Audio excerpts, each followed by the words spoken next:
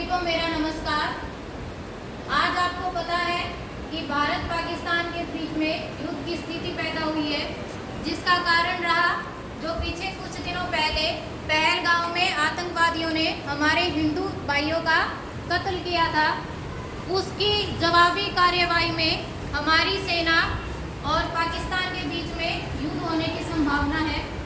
वो संभावना इसलिए बनी क्योंकि आतंकवाद का जवाब शांतिपूर्वक देने से आतंकवादियों की हिम्मत बढ़ती है और वो बढ़ावा लेकर कि ये हमें जवाबी कार्यवाही हमारे खिलाफ नहीं कर रहे हैं, तो उसके कारण उनको और ज़्यादा आतंक करने में बढ़ोतरी मिलती है।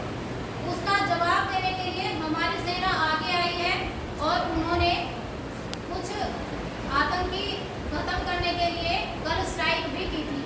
कल एयर स्ट्राइक की गई है पाकिस्तान के एरिया में। अब ये जो युद्ध की स्थिति है, इससे निपटने के लिए कुछ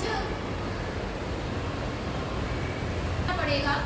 उसके लिए मॉक ड्रिल की ट्रेनिंग दी जाती है। मान लीजिए अगर आपको सायरन सुनाई देता है, जैसे ये सायरन की आवाज होती है जब आप किसी खुले एरिया में होते हैं और ये सायरन की आवाज आपको सुनाई दे, तब आप किसी दीवार के सामने खड़े हो जाएं या किसी कॉर्नर के आगे खड़े हो जाएं, जिससे आपको सुरक्षा मिले। अगर आप स्कूल परिसर में हैं और ये सायरन सुनाई देता है तो आप डेस्क के नीचे चले जाएं और अपने आप को सुरक्षित करें। कुछ इस तरह से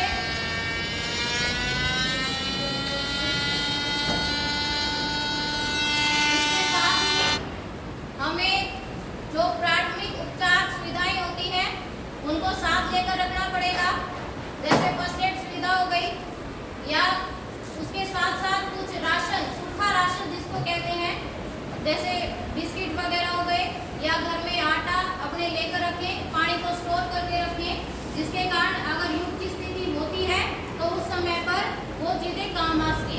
क्योंकि युद्ध अगर चलता है तो वो 1-2 दिन के नहीं, थोड़े लंबे समय के लिए चलता है और सुविधाओं में रुकावट बन जाती है।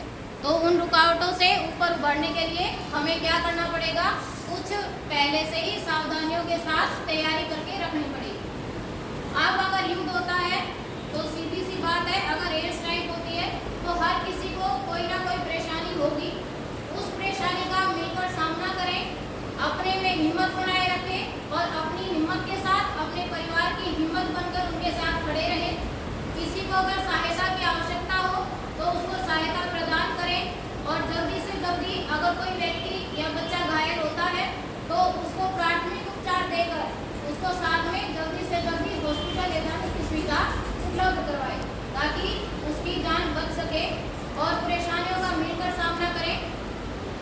और आतंकवाद को खत्म करने में अगर सेना हमारी साथ दे रही है तो हमें भी सेना का साथ देना चाहिए।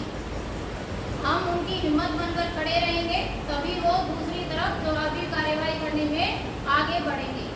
तो हमारे देश के लिए और यही उम्मीद की जाती है कि हमारा